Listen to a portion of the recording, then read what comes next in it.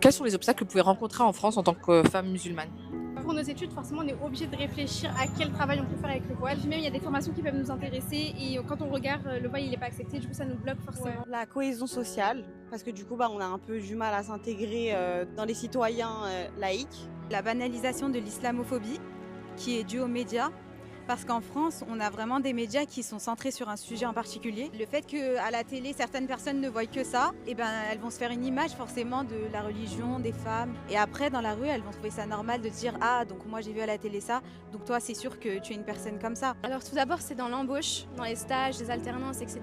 C'est très très compliqué pour atteindre un certain stade, niveau dans les emplois en général. En France, c'est très difficile d'être voilé parce qu'il y a beaucoup de préjugés et de discrimination. On n'a pas accès à l'école facilement avec le voile. À part si on est en études post-bac, les entreprises n'acceptent pas forcément le voile. Donc c'est quelque chose qui freine quand même à notre choix de porter le voile en tant que femme musulmane. Et c'est vraiment un gros point que moi qui m'a beaucoup freiné et je suis voilée que depuis une semaine. Je suis une nouvelle hijabi girl. Merci beaucoup. Bon, ça c'est un long sujet, les amis. Alors je sais qu'il y en a déjà qui vont venir dans les commentaires parce que j'ai déjà anticipé les commentaires en les voyant sur Twitter. Mesdames, si vous n'êtes pas contentes, vous prenez votre voile et puis vous retournez dans votre pays. Elles sont nées en France, espèce de trou de balle. Elles sont françaises. Et tu sais que tu as même des Françaises converties qui portent le voile. Donc une Française convertie, par exemple, elle va faire quoi? Elle va aller dans quel pays exactement? En musulmanie? Non, ça n'existe pas, la musulmanie. Moi, je les rejoins totalement. Aujourd'hui, porter un voile est clairement un frein. Alors quand on vient me citer le slogan de la France, liberté, égalité, fraternité, ça me fait un peu rire. Parce que dans la liberté, normalement, il devrait y avoir liberté de porter ce voile, comme c'est le cas dans quasiment tous les pays du monde. Je suis désolé, j'ai vécu en Angleterre.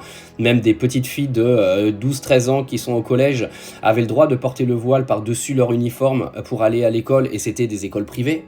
Et je tiens à préciser, des écoles privées non musulmanes. Oui, parce que je suis obligé de faire attention à tout ce que je dis, naturellement. Égalité. Expliquez-moi l'égalité des chances pour des femmes qui ont choisi de mettre un voile. Quelle est leur égalité des chances dans le monde du travail aujourd'hui? Il n'y en a pas, mais vous savez, ça va se solder par quelque chose de très simple. Les grands talents qui ont fini l'université avec des très hauts diplômes, qui pourraient aujourd'hui nous aider dans tout ce qui est médical, dans tout ce qui est industrie, ingénierie, ils vont aller travailler autre part. Et c'est pas grave, ils vont aller donner leurs compétences dans les pays d'à côté. Parce que c'est sûr qu'aujourd'hui en France, on évolue dans le bon sens à tous les niveaux, tu vois, économiquement, au niveau de l'industrie. On a beaucoup de talent aujourd'hui. Hein. Ouais. On est un pays qui décline et en fait, on va virer des gens de notre pays tout simplement parce qu'ils portent un voile. Pour finir avec un pays neutre, tout blanc, et qui ressemblera à que dalle, parce que c'est pas du tout l'histoire de la France, et cette France, de toute façon, c'est une France virtuelle, elle n'existera plus, les gars. Et puis on va finir avec le mot fraternité. Elle est où la fraternité quand tu dénigres une culture entière, une religion entière? Je tiens quand même à rappeler que la France, que ça vous plaise ou non, encore une fois, est un pays multiculturel. Oui. Et il y a des juifs, il y a beaucoup de musulmans, il y a des chrétiens, des bouddhistes, il y en a moins. Il y a beaucoup de athées, d'accord? Tout le monde vit ensemble. Et c'est ça la fraternité.